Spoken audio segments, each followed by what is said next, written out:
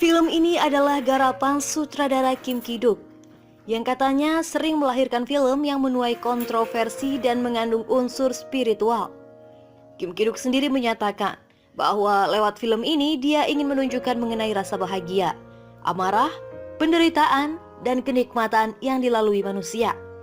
Untuk itu, dia menggambarkannya lewat keseharian seorang biksu yang tinggal di sebuah kuil terapung di tengah danau Chusan. Sesuai judulnya, film ini terbagi menjadi 5 segmen.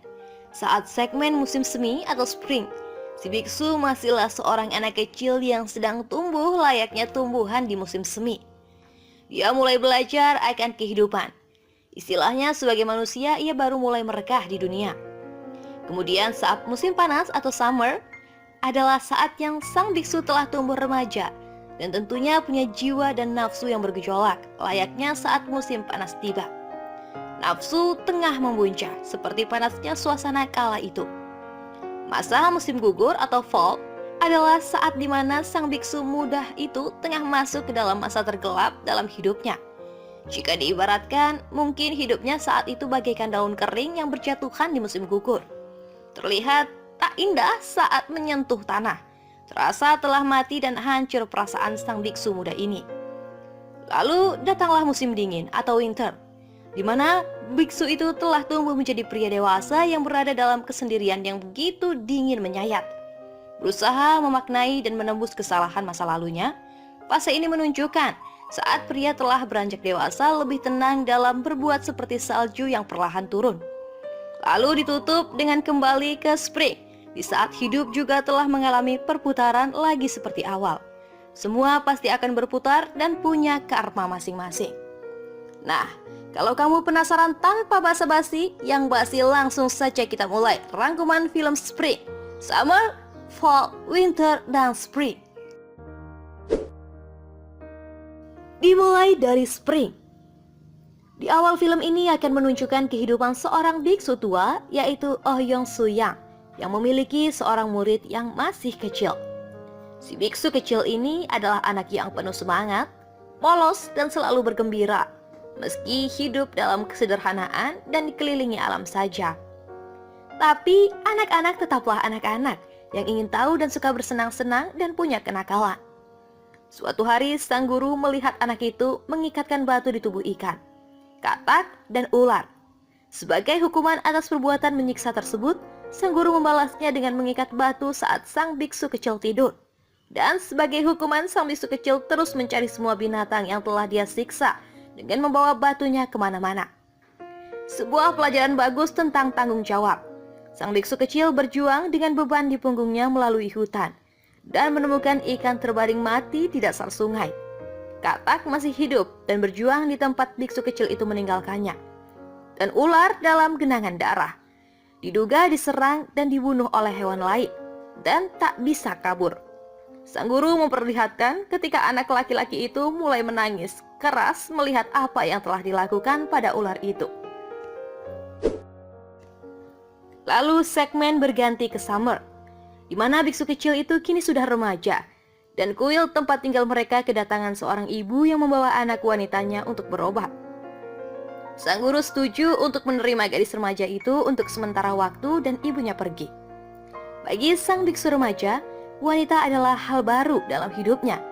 Dan saat itu dia masihlah orang yang punya rasa penasaran tinggi dan kini sudah ditambah oleh dorongan nafsu yang membuatnya mulai mengenal cinta dan hubungan pria wanita. Sang biksu remaja tak sanggup menahan gejolak, tetapi terlalu malu untuk mengatakan apapun. Namun ketika dia melihat gadis itu tidur di depan patung Buddha, sang biksu remaja mulai aktif melancarkan aksinya. Dia meraba dada gadis itu sehingga gadis itu bangun dan menamparnya. Sang biksu remaja pun kepanikan dan merasa bersalah. Ia mulai berdoa tanpa henti, sesuatu yang menurut gurunya sangat aneh. Gadis itu menyentuh bahu biksu muda itu dan sepertinya memaafkannya. Akhirnya keduanya pergi ke hutan dan mereka hilaf. Mereka mengulangi tindakan itu selama beberapa malam berikutnya dan menyembunyikan hubungan mereka dari tuannya. Sampai suatu malam, sang guru menemukan mereka tidur tanpa memakai pakaian apapun di dalam perahu dayung sekitar danau. Dia membangunkan mereka dan mencabut stiker dari lubang pembuangan di kapal. Alih-alih mengungkapkan kemarahan atau kekecewaan, sang guru hanya mempertimbangkan muridnya bahwa nafsu mengarah ke keinginan untuk memiliki dan kepemilikan mengarah ke pembunuhan, dan mengatakan kepadanya bahwa gadis itu harus pergi. Biksu muda itu putus asa dan melarikan diri pada malam harinya untuk mengejar gadis itu. Ia membawa patung Buddha, biara, dan ayam jantan bersamanya. Kemudian fall, winter, dan spring punya selisih timeline kira-kira 10 tahunan setiap segmen. Waktu selisih berganti, kemudian tibalah segmen fall. Si biksu remaja memasuki usia dewasa, dan di sini diceritakan konflik dan permasalahan.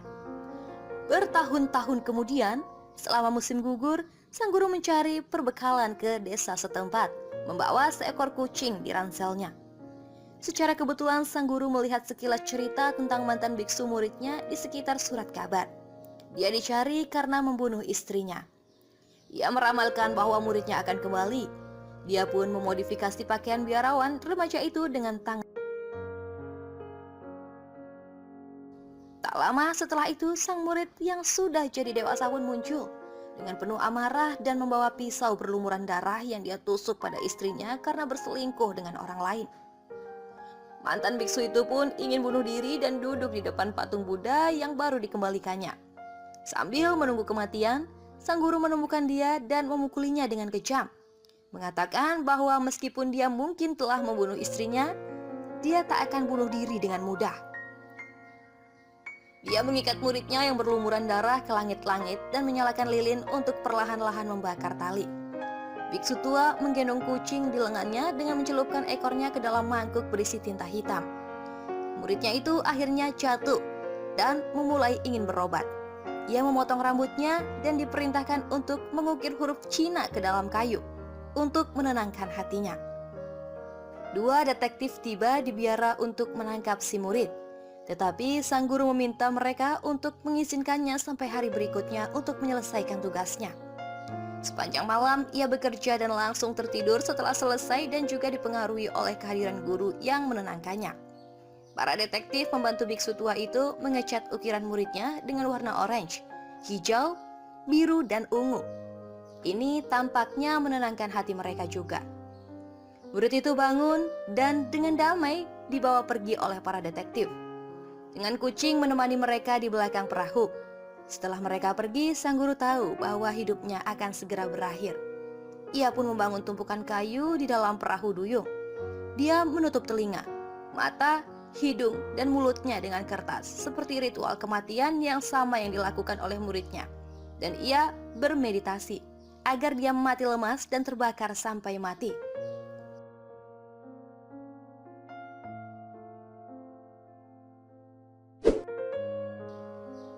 Kemudian masuklah segmen winter.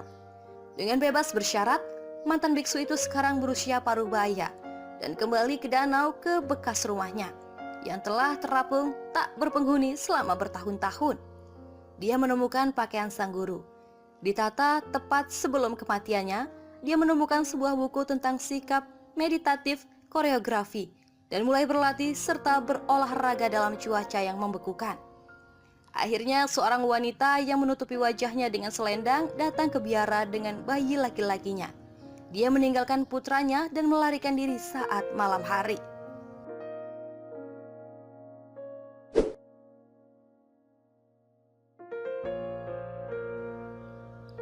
Dan spring, kembalilah ke musim semi lagi. Siklusnya kembali. Guru baru ditinggal di biara bersembunyi terlantar, yang sekarang adalah muridnya.